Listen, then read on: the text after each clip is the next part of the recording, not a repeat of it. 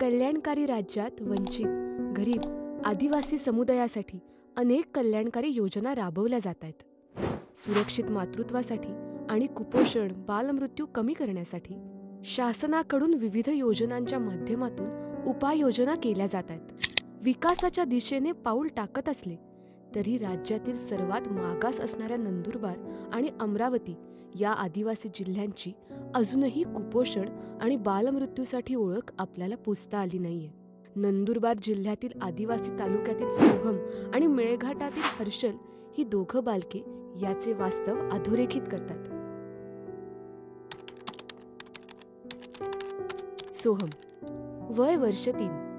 सोहमचा जन्म प्राथमिक आरोग्य केंद्रात झाला, पण त्याचं वजन जन्मतःच कमी होतं. रोगप्रतिकार शक्ती कमी असल्यामुळे साध्या साध्या संसर्गाने तो सारखा आजारी पडायचा, म्हणून सारखं दवाखान्यात जावं लागायचं. 10 महिन्याचा होता तेव्हा घेऊन गेले होते. नंदुरबार घेऊन गेले होते ऑफिसात म्हणून तिथं जेवण ते औषधी. सोहम 2 वर्षांचा झाला तरी त्याची योग्य वाढ होत नाही, म्हणून त्याला नंदुरबार येथील जिल्हा रुग्णालयात पोषण पुनर्वसन केंद्रात म्हणजेच NRC मध्ये 1.5 महिन्यासाठी ॲडमिट केलं होतं. तीव्र कुपोषित बालकांना कुपोषणातून बाहेर काढण्यासाठी पोषण पुनर्वसन केंद्रात NRC मध्ये 21 दिवस ॲडमिट करतात. इथे बालकांना उपचार आणि पोषण आहार दिला जातो. तसेच सोबत राहणाऱ्या पालकांना बुडीत मजुरी दिली जाते. अशी पोषण पुनर्वसन केंद्र जिल्हा रुग्णालयात तर दुर्गम भागात उपजिल्हा रुग्णालयात चालवली जात आहेत. राज्यात एका वर्षात 11,500 पेक्षा जास्त बालकांना NRC मधून सेवा दिली आहे. यात अमरावतीतील 297 तर नंदुरबार जिल्ह्यातील 1922 बालकांचा समावेश आहे.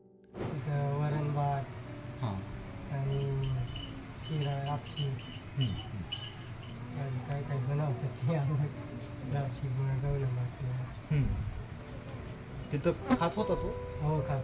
औषधही दिली, सगळी खाल्ली. मग फरक पडला काय?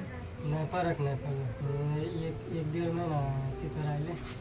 वजन तेवढंच होतं. मग इथं आले तेव्हा वजन वाढलं. घरात सोहम 3 वेळा जेवतो. घरात सर्वांना जे जेवण बनवलेलं असतं तेच त्याला जेवायला दिलं जातं. खातो जेवणच करतो. घरात जेवण बनवतो.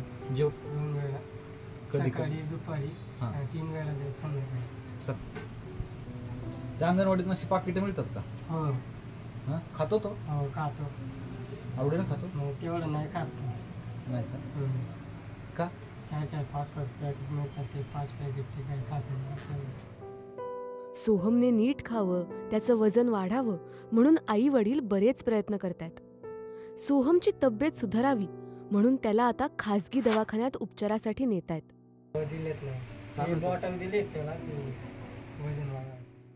सोहमचं वजन आता थोडं वाढून 8 किलो 700 ग्रॅम झालंय, पण अजूनही तो तीव्र कुपोषणाच्या श्रेणीतच आहे.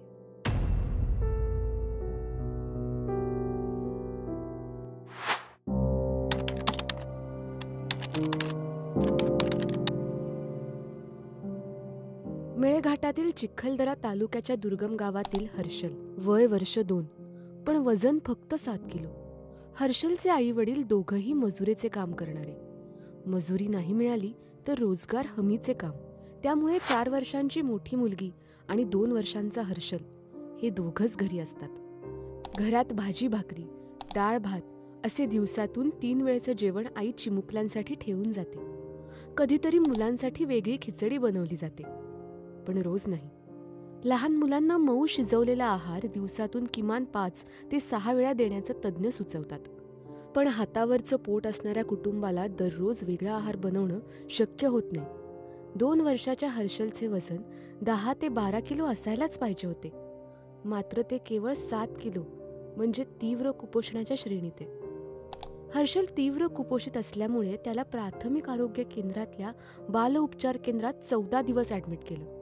पण 14 दिवस औषधोपचार आणि आहार देऊनही हर्षलचं वजन वाढलंच नाही. बुडीत मजुरीचे तेवढे 5,000 रुपये मिळाले. आता हर्षलला अमरावतीच्या दवाखान्यात पुढील उपचारासाठी जायला सांगितलंय. पण साधं तालुक्याचं ठिकाणही न बघितलेल्या कुटुंबाला आपल्या गावापासून 125 किलोमीटरवर लांब असलेल्या शहराच्या जिल्ह्याच्या ठिकाणी जाणं शक्य आहे का? 2 वेळच्या जेवणाची वानवा असलेल्या कुटुंबात कुपोषण होणार नाही हे कसं शक्य आहे? फक्त अंगणवाडीतल्या 1 वेळच्या आहाराने कुपोषण जाईल का? आदिवासी कुटुंब उपचारासाठी इतक्या लांब जाईल का? बुडीत मजुरीने हा प्रश्न सुटेल का? या सेवा जवळच्या सरकारी दवाखान्यात का मिळू शकत नाहीत?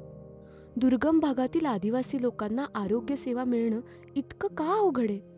असे अनेक प्रश्न पडतात. राज्याच्या अनेक आदिवासी भागात सोहम, हर्षलसारखी अनेक मुलं आहेत. आरोग्य सेवेच्या 2 वेळच्या पोषक आणि पोटभर अन्नाच्या प्रतीक्षेत, कुपोषणातून बाहेर येण्याच्या आणि सुदृढ जगण्याच्या आशेने डोळे लावून बसलेली.